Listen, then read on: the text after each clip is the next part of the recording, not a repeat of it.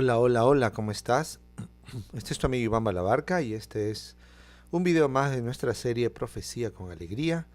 Hoy día vamos a revisar la profecía de Daniel, capítulo 10 y del 11 hasta el 20, nada más. Ok, hay muchas fechas, mucho que hacer, así que vamos a empezar de inmediato. Vamos a orar. Querido Señor, muchas gracias por esta oportunidad que nos das de poder estudiar tu palabra. Te suplicamos humildemente nos acompañes, nos abras el entendimiento para poder entender tu palabra. Danos permiso, Señor, en el nombre de Jesús. Amén. Muy bien, como acostumbramos, aquí tenemos ya nuestra pizarrita, ¿ok? Aquí está nuestra pizarrita y aquí vamos a ir trabajando. Ya he puesto algunos gráficos que estoy seguro van a ser de ayuda para la explicación de lo que vamos a decir hoy. Así que abre tu Biblia en Daniel capítulo 10, ¿ok? Muy bien. 10.1 dice, en el año tercero de Ciro, rey de Persia, fue revelada palabra a Daniel, llamado Belsasar, y la palabra era verdadera y el conflicto grande. Mira, estamos hablando del año tercero de Ciro.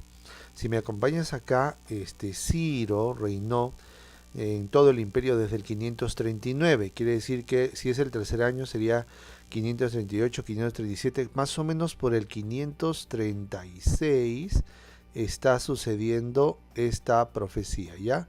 En el tercer año de Ciro.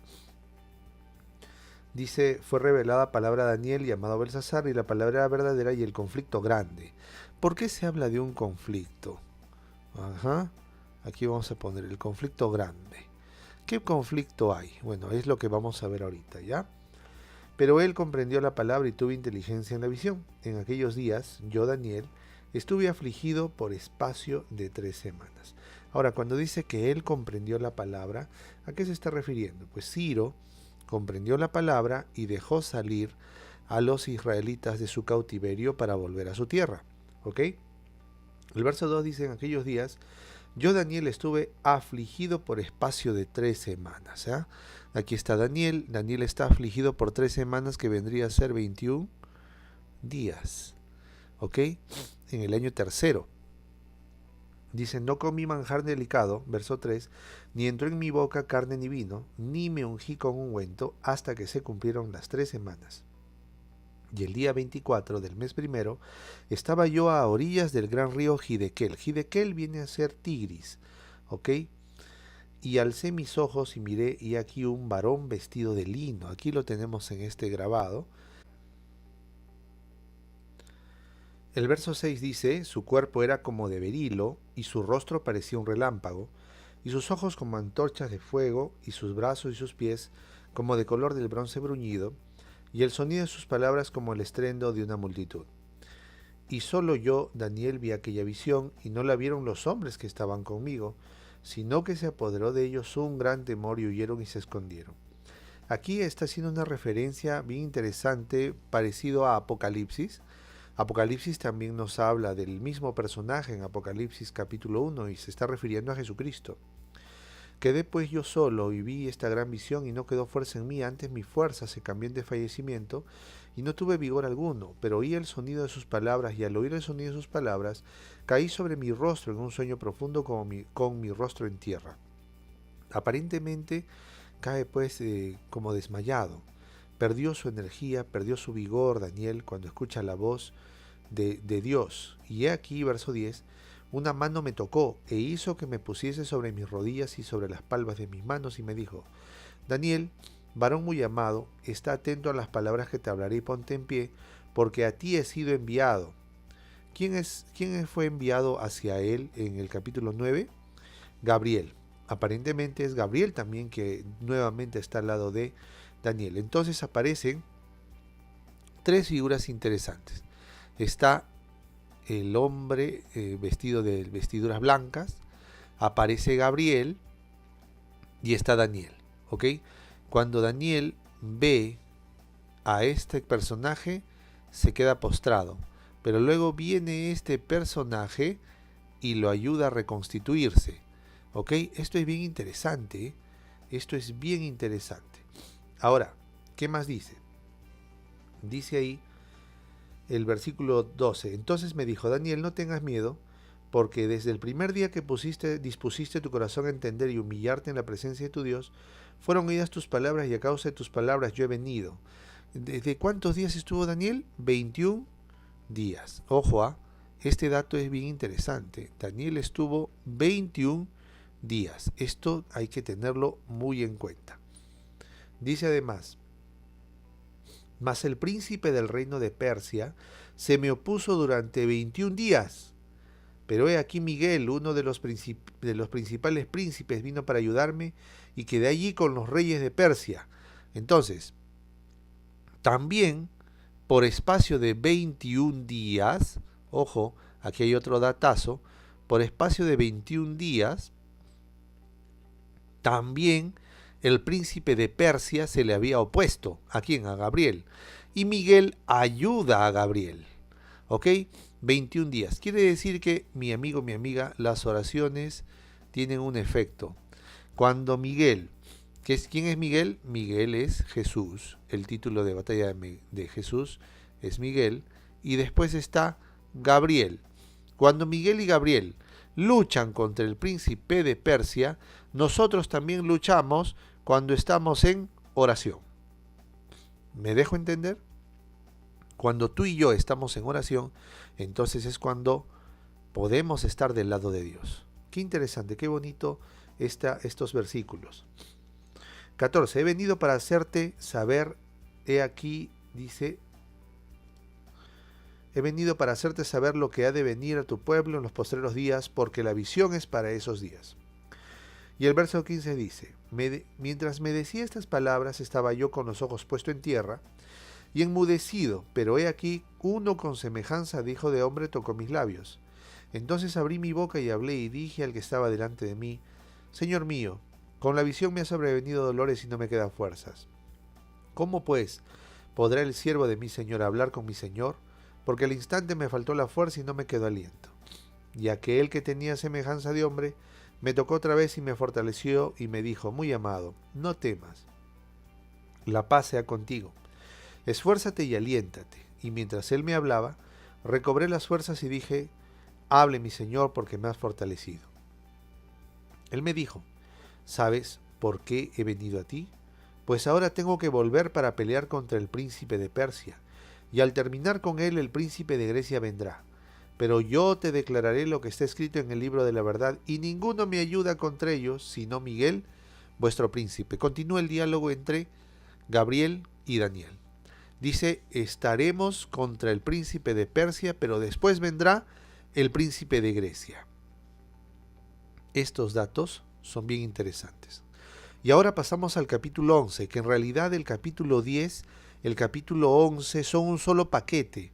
Deberían estar unidos, no debería estar partido por un capítulo. Pero bueno, continuamos con el 11.1. Y yo mismo, en el año primero de Darío el Medo, estuve para animarlo y fortalecerlo. ¿Quién es él mismo? Gabriel. ¿Ok? Verso 2. Y aquí entramos con una narración, una de las profecías más interesantes que tiene el libro de Daniel. ¿Ok? Vamos a prestar mucha atención porque esto que viene es bastante interesante. El versículo 2 dice, y ahora yo te mostraré la verdad, le sigue diciendo Gabriel a nuestro amigo Daniel.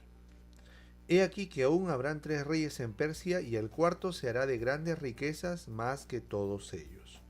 Muy bien, y ahora vamos con la interpretación. Mira, él está aquí en el reinado de Ciro. Dice, aún habrá 3 reyes más. Después de Ciro vino el primer rey, Cambises. Después vino un usurpador llamado el falso Esmerdis. El tercero fue Darío y el cuarto fue Jerjes, también conocido como Asuero, el Asuero del libro de Esther.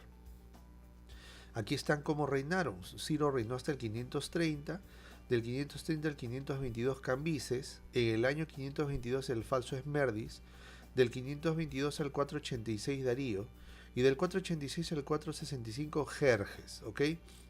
Ahora, dice ahí, y el cuarto, en el mismo versículo 2 del capítulo 11 de Daniel, y el cuarto se hará de grandes riquezas más que todos ellos, y al hacerse fuerte con sus riquezas levantará a todos contra el reino de Grecia.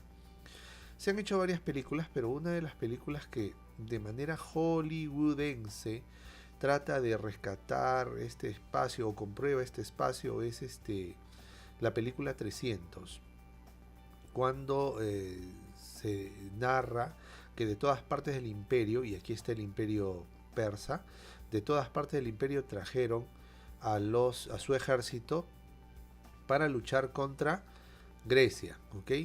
Contra Grecia, que está acá arriba, ¿ok? Vamos a seguir viendo lo que dice la profecía.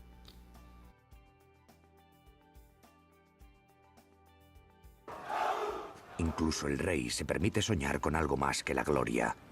Un loco sueño. Pero así es. Contra las infinitas hordas de Asia, contra todo pronóstico, podemos hacerlo. Podemos defender las Termópilas. Podemos vencer.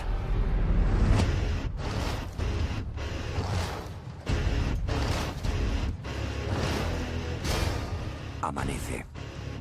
Chasquido de látigos. Gritos de bárbaros. Desde retaguardia gritan. ¡Avanzad! Desde vanguardia gritan. ¡Atrás!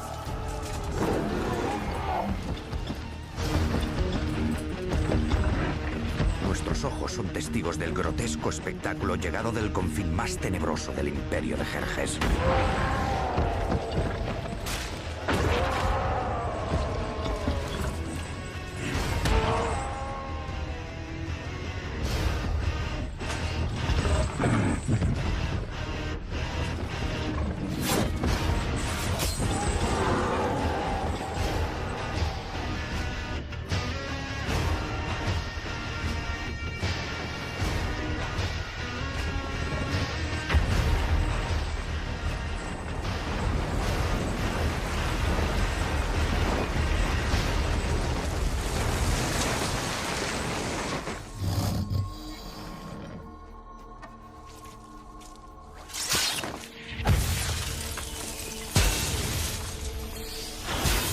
Cuando la fuerza falló, recurrieron a la magia.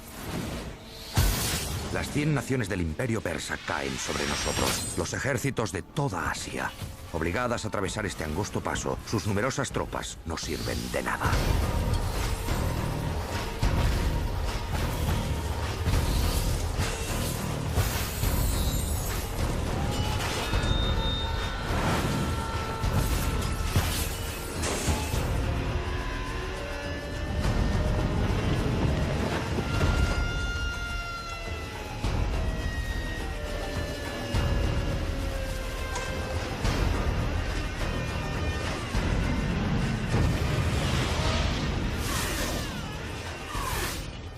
Por cientos.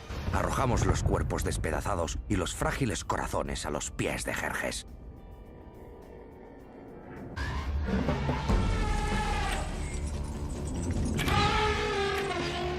Jerjes hace llegar monstruos de los rincones más remotos.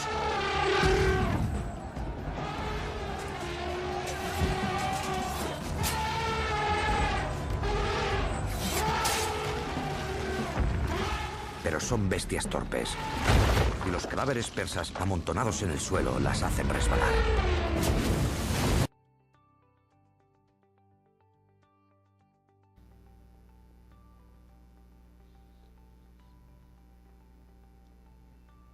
¿Ves? Y al hacerse fuerte con sus riquezas, levantará a todos contra el reino de Grecia.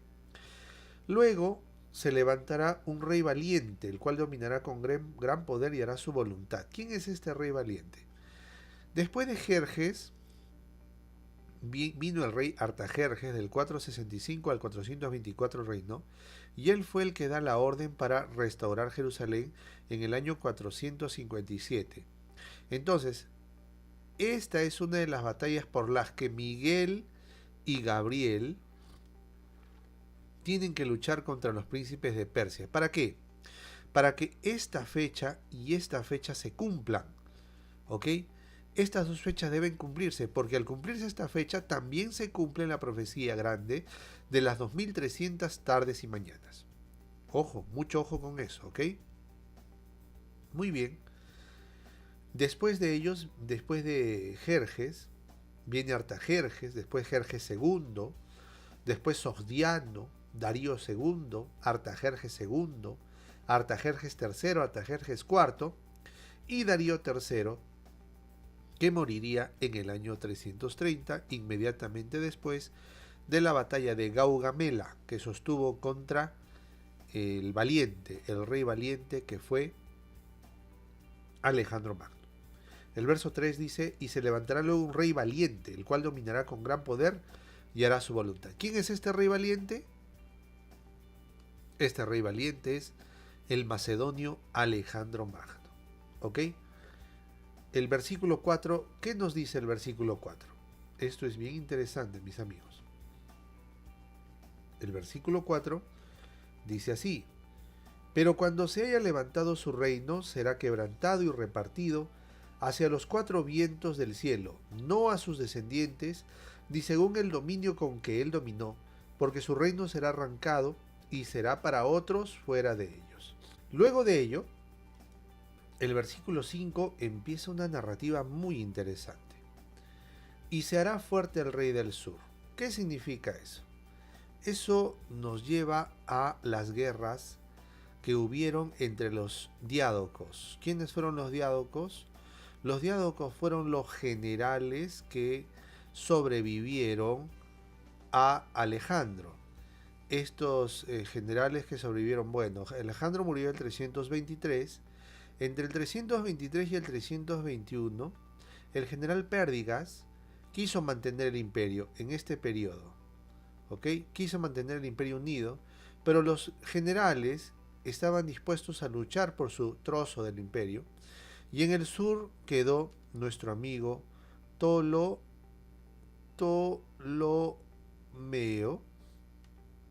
En la zona de Tracia quedó Lisímaco. Y en esta zona pequeña de acá, Macedonia, quedó nuestro amigo Casandro, luego de varias guerras que sostuvo, y luego estuvo aquí Antígono, y en esta última zona grande y amarilla estuvo Seleuco.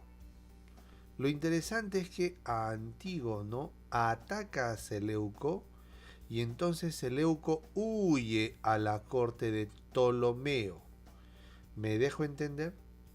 Es por eso que en el versículo 5 dice, y se hará fuerte el rey del sur, mas uno de sus príncipes será más fuerte que él. ¿Quién es el rey del sur entonces? Ptolomeo.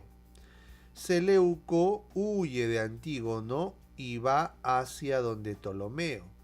Y Ptolomeo le da su espacio y Seleuco nuevamente hace guerra contra Antígono y Antígono queda fuera de combate. ¿Ya? Entonces Seleuco vuelve a su territorio y tiene más territorio que Ptolomeo.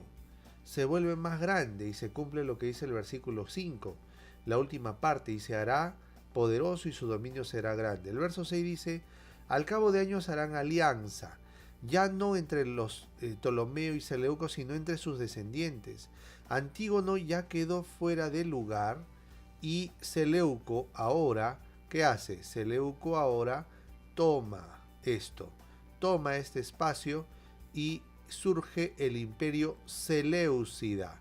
Y el imperio Seleucida abarca toda esta zona, aunque ya está perdiendo territorio. ¿Por qué? Porque los partos y el imperio bactriano se están volviendo cada vez más fuertes, ¿sí? Y hay algunas zonas como Armenia que ya se están independizando. Entonces todo este reino queda como el reino del norte y el reino del sur son los Ptolomeos. Pero entre ellos hay guerras y eso se llaman las guerras de los diádocos, que duran desde el 321 hasta el año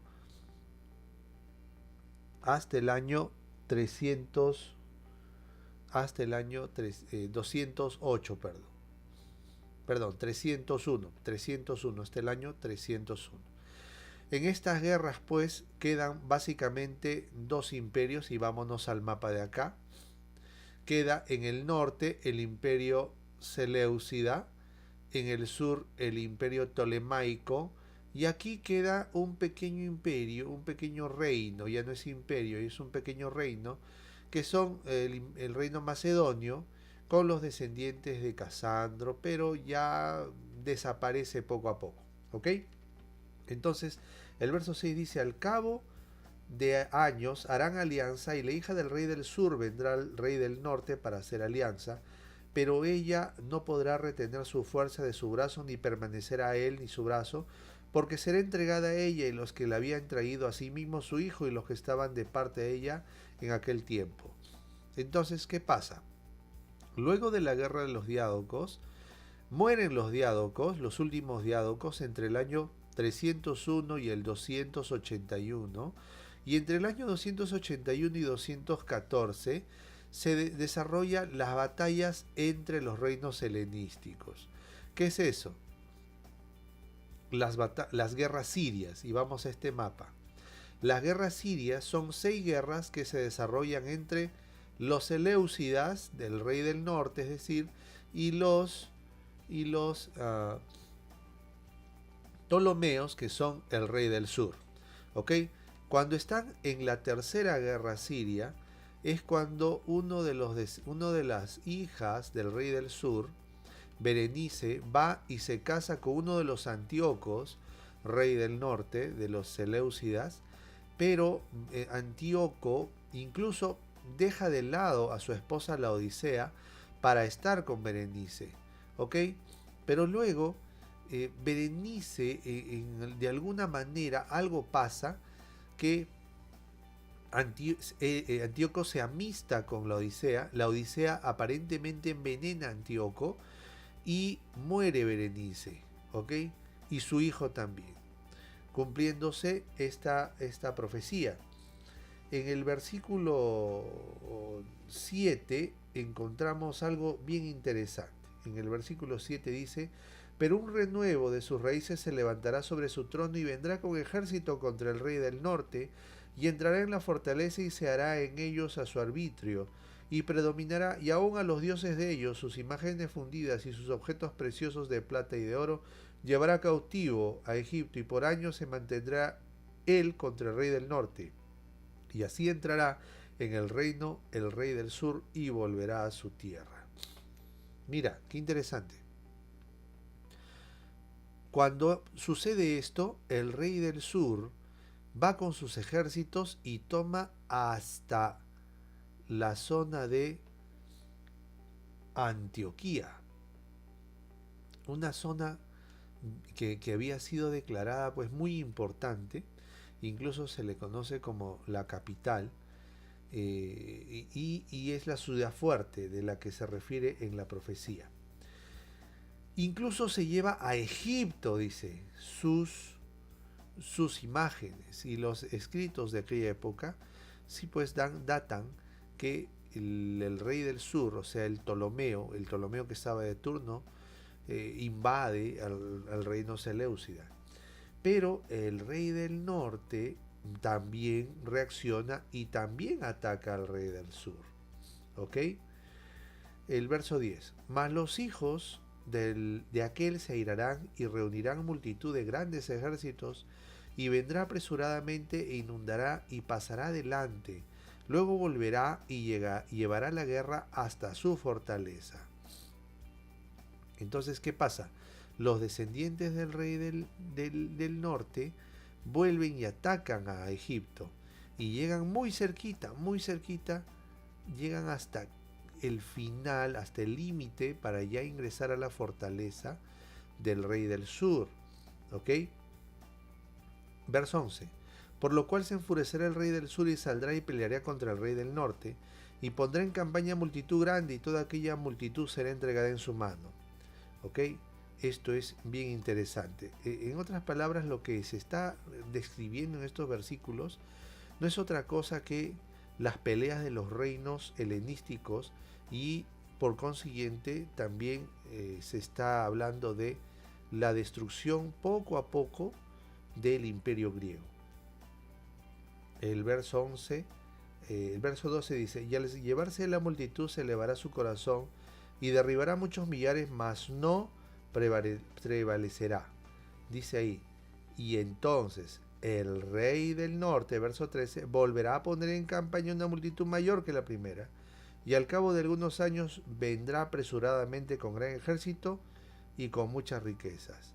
Y ahí termina, ahí queda. ¿Por qué? Porque se está describiendo no otra cosa que las últimas guerras, que aquí las he anotado como las 6 guerras sirias, la última guerra que va del año 170 al 168.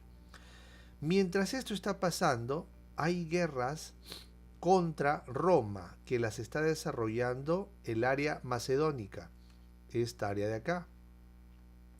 Esto es muy importante porque Roma, que es esta zona que estoy coloreando, Roma invade esta área y empieza a invadir la zona del imperio seleucida. Los partos, por su parte, los partos se han independizado y están tomando toda esta zona, ¿ok? Y también los bactrianos, el imperio bactriano, también se ha independizado y ha formado su imperio. Entonces, a través de varias guerras, los romanos siguen acabando con el imperio seleucida, ¿ok? Mientras que los partos siguen tomando también sus espacios lo más que pueden. ¿Se dan cuenta qué está pasando aquí con el cabo de los años? Estas guerras que acabo de mencionar, las guerras que van desde el 214 al 148, las guerras contra Roma, sirven para que los romanos invadan esta zona de acá, ¿ok? Siendo ya el año 167, uno de los últimos reyes seleucidas invaden Israel y ahí hay problemas. ¿Por qué? Porque los israelitas luchan en las guerras macabeas y logran su independencia que va desde el año 164 hasta el año 63 antes de Cristo, ¿ok? El verso 14 es un versículo gozne. ¿Por qué? Porque hasta el versículo 13 se han descrito con maestría las guerras, ¿sí? La primera guerra de los diádocos, se ha descrito con maestría la guerra de los últimos diádocos y la guerra de los reinos helenísticos, ¿ya? Y en eso, pues la guerra de los reinos helenísticos no es otra cosa que las guerras sirias, estas que he señalado aquí.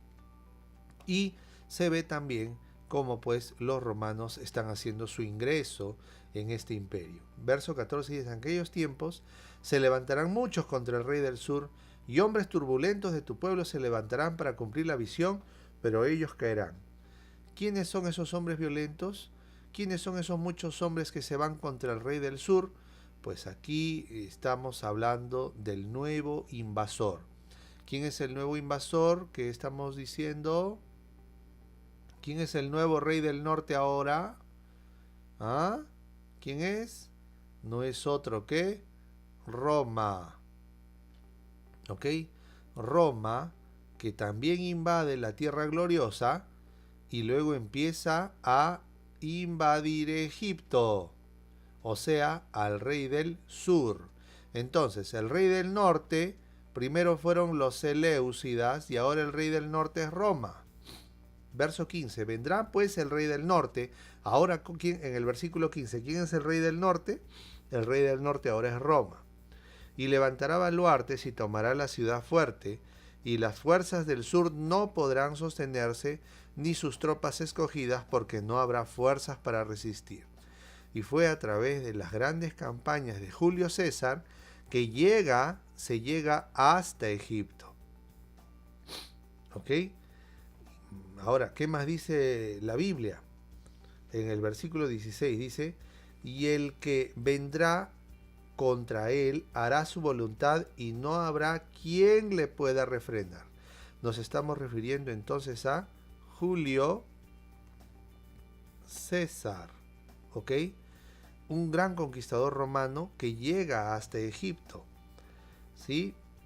Verso 17, afirmará luego su rostro para venir con el poder de todo su reino, y hará con aquel convenios, y le dará una hija de mujeres para destruirle, pero no permanecerá ni tendrá éxito. ¿Quién fue esa hija de mujeres? Pues una reina descendiente de Ptolomeo, es decir, de la descendencia griega de los Ptolomeos de Egipto, llamada Cleopatra, que gobierna desde el 44 hasta el 30. ¿Y qué pasó en el 44? Pues ella tiene amores con Julio César y queda embarazada y tiene a su hijito Cesarión, ¿ok?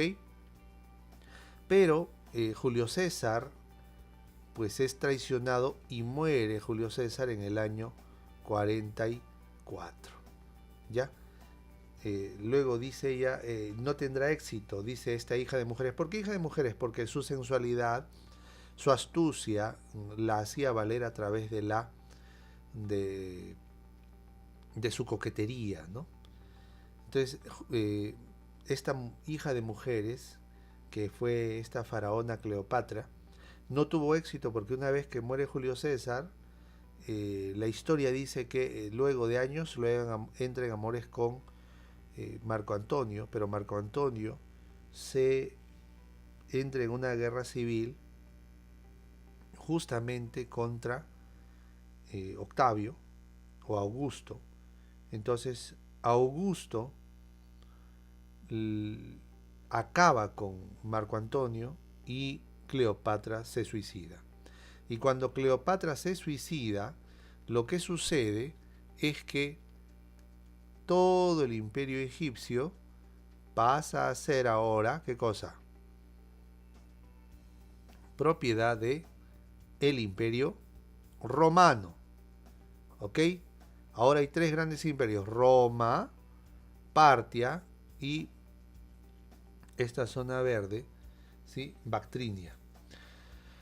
Estos tres imperios es lo que está pasando. Y miren qué más dice este versículo, ¿sí? El versículo 18.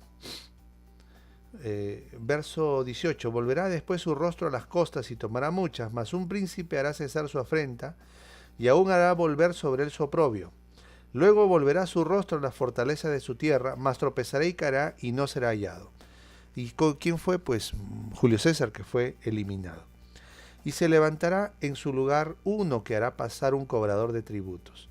¿Quién fue esto? Augusto, ¿sí? El emperador Augusto, que hizo pagar tributarios a todo el imperio, incluso mandó para que todos los habitantes de Judea volvieran a sus pueblos para ser censados. Estamos hablando de ese Augusto.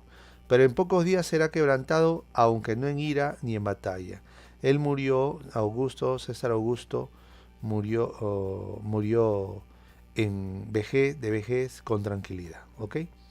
Y ahí se va acabando la historia y la dejamos hasta aquí nomás. Entonces, esto es la profecía de Daniel, capítulo 11. Espero que te haya podido servir de algo. Yo te ruego que si tienes algún comentario, nos vas a ayudar mucho. Y más adelante, quizá en el futuro, volvamos a hacer este video con más detalles, con más recursos multimedia. Que Dios te bendiga. Gracias por haber escuchado este video. Compártelo y comparte toda la serie porque estamos haciendo capítulo por capítulo. Hasta aquí nos quedamos y vamos a continuar la próxima semana. Un gran abrazo, Dios te bendiga y vamos a orar. Querido Señor, gracias por tu amor, que tu palabra, Señor, nos acompañe y nos dé certeza de que tú estás al control de la historia. En el nombre de Jesús, amén.